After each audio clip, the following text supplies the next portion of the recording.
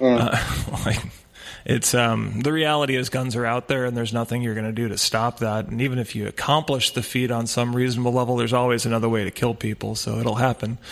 And I know for me, like at our coffee house where we're at tonight, if I'm around, I do a certain level of security. We have a bar across the street, and we'll get random idiots who come in, and I'm 6'4", 280 pounds, kind of freakish looking. So when they come in, I'll politely deal with them. And the deal I have with all of the gun toters that are around is that if they get past me, then you shoot to kill.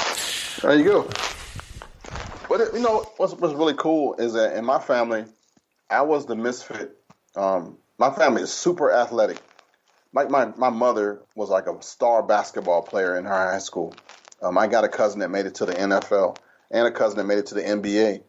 And my dad was in Negro Leagues baseball before he went into the Air Force during the draft. When it was my turn to go into the athletic department, I bombed. I couldn't get a break, man. It was like I had broke the family code that I couldn't play basketball or I stunk at baseball. And then finally, when I got a rifle, I found out that there was like this Zen thing happening that I could identify with, just like when people playing basketball. When you got Michael Jordan or Kobe Bryant or LeBron takes a jumper, you almost know positively that the arc of the ball and how they're going to shoot is going to be a three-pointer. I got the same kind of Zen moment at a range when it's just me and the rifle, and there's a long distance, and I'm taking my breath, and I'm pulling the trigger, and the shot goes off, and it's the same as I'm doing archery. And I found out that was my sport. I didn't know that was an Olympic thing. Well, I would have probably done that as a kid. But everybody has their thing. And somehow, after I got through the Marine Corps and we had done all that, and I went to my next jobs, and I realized that this was also a sport, that this was also a thing. Then I learned about the whole gun rights thing and the Second Amendment. And I got to that part late, the politics of it, and it was an evergreen subject that people were always arguing over who had guns or who had gunpowder since the Chinese invented it. And I thought, man, I missed the whole element of this fight because I'm basically a hippie. I'm big into art, but I couldn't pay my mortgage off of paintings and stuff, so I had to just drop all that and do what I was really good at, and that was protecting people. So the gun thing was like a side, and then the fact that I found out I liked shooting it and liked the whole mechanics of it, that was like an extra thing. And I understand if somebody says, not my thing. I'm good with that. I'm not really good with crochet needles and stuff either, but so if you do that, that's your thing, that's cool. Everybody got their thing. You can poke an eye out with one of those. That's right. Yep. All right. Does anyone have any questions they want to ask or comments or anything? No, this is Smooth Move, Ed. Smooth Move. All right.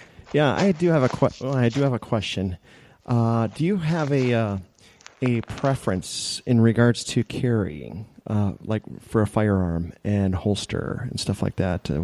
And why have you chose those things? Okay. When I first started in the police business, I had a revolver, and it was outside the waistband on a holster like a police belt. When I became in security and I was doing protective stuff, we always had in the waistband concealment holsters. And I started doing that right around the time when the Glock came out. And before Glock, I had a Browning high power. So it was the Browning small, thin firearm that can conceal easy. The Glock was a little bit bigger, but I got used to it, and I learned how to carry conceal strong side in the waistband, underneath the either Hawaii shirt or a vest or a big baggy shirt, and that became what I was comfortable with. There were some times when I learned your dress mattered, so I tried to do the cross draw a few times. That's really good when you're in a foreign country and Montezuma is messing with you. You can still be armed in the restroom. Yep. But outside the waistband, strong side is still my preferred thing, and I carry, depending on the occasion, usually in the same place. But I've done pretty much everything from clothing that can conceal your firearm to even small bags and briefcases and gym bags that had holsters and stuff in it, just depending on what I was doing. Okay, like if you're in a suit, then you carry it under your arm, or No, well, in you'd the have a suit- jacket. in- You can in- conceal it in there.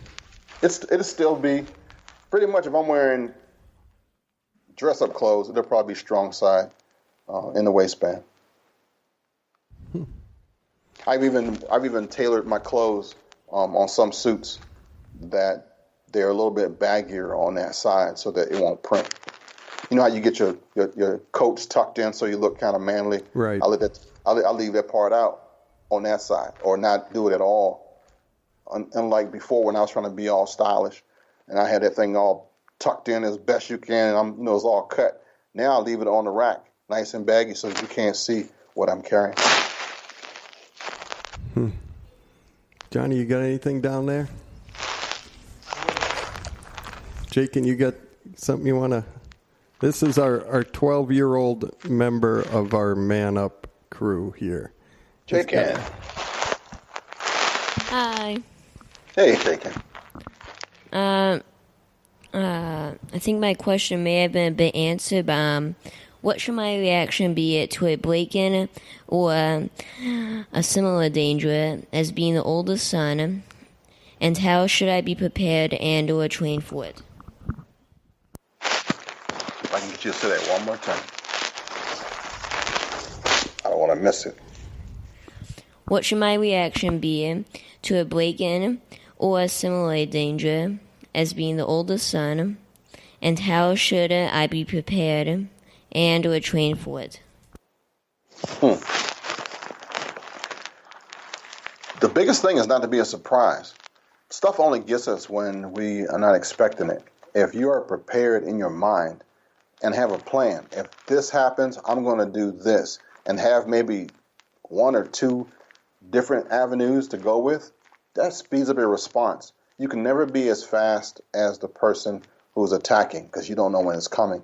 But you can have a plan on, if this happens, I'm going to do this. If this happens, I'm going to do this. And the fact that you move, we call it getting off the X.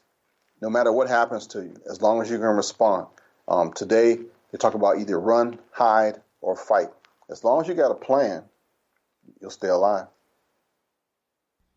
All right, sorry, but I have to cut it off right there.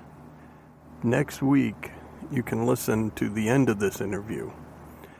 In the meantime, go to his website, blackmanwithagun.com. Ken has tons of resources there you can look at. You can get to his Facebook, Twitter, all that good social media stuff. Email him. Go to his website, shoot him an email if you have some questions that we haven't covered, and he'd be happy to answer those for you.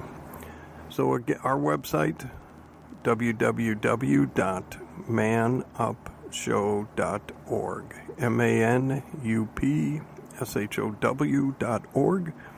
You can you'll be able to listen to the rebroadcast of this on Bible Radio, as well as download it on our website, manupshow.org. Go there and you can listen to that, then catch it on Bible Radio next week, the second part of this interview, and then go to our website and re-listen to it. All right, Gunny out. Semper Fi.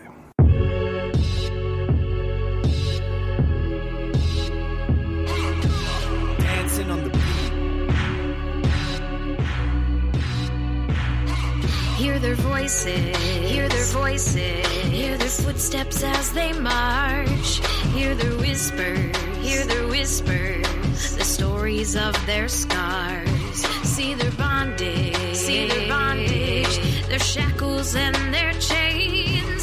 See their broken hearts and their calloused knees. Their blood cries from the ground, a sound that God will not ignore.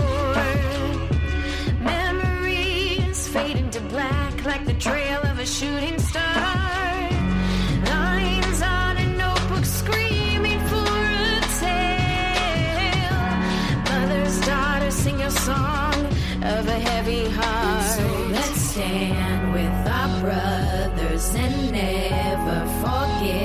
So let's stand. Let's stand. So let's stand with our Savior who died so that we might live. So let's stand. Feel their heartbeat. Feel their heartbeat as the hopelessness weighs down. Feel the darkness. Feel the darkness engulf them all around. Taste the freedom. Taste the freedom as they march all in a row. Soldiers lining up in rank, bowing down before the throne. Their blood cries from the ground, a sound that God will not ignore. Memories fade into black like the trail of a shooting star. Lines on a notebook screaming for a tale. Wives, sons, sing your song of a heavy heart. So let's stand with our brothers and never forget. So let's stand. Let's stand. So let's stand with our Savior who died so that we might live. So let's stand. Hear, O Lord, from your heavenly throne. Hear the prayers of our brethren. Hear the prayers of your own. Come and save us, Lord. Come and strengthen your church. Give us your mighty spirit. Give us the resolve to stand against the wiles of the enemy, to stand true to the end, steadfast, immovable, faithful, no matter what the cost. We pray for our brethren around the world, our brothers and sisters who bravely stand in the face of persecution every single day, that we may sing this song together with one voice, in unison, not forsaking the truth. We will not resign. We will not back down. We will keep fighting till we knock on heaven's door. So let's stand.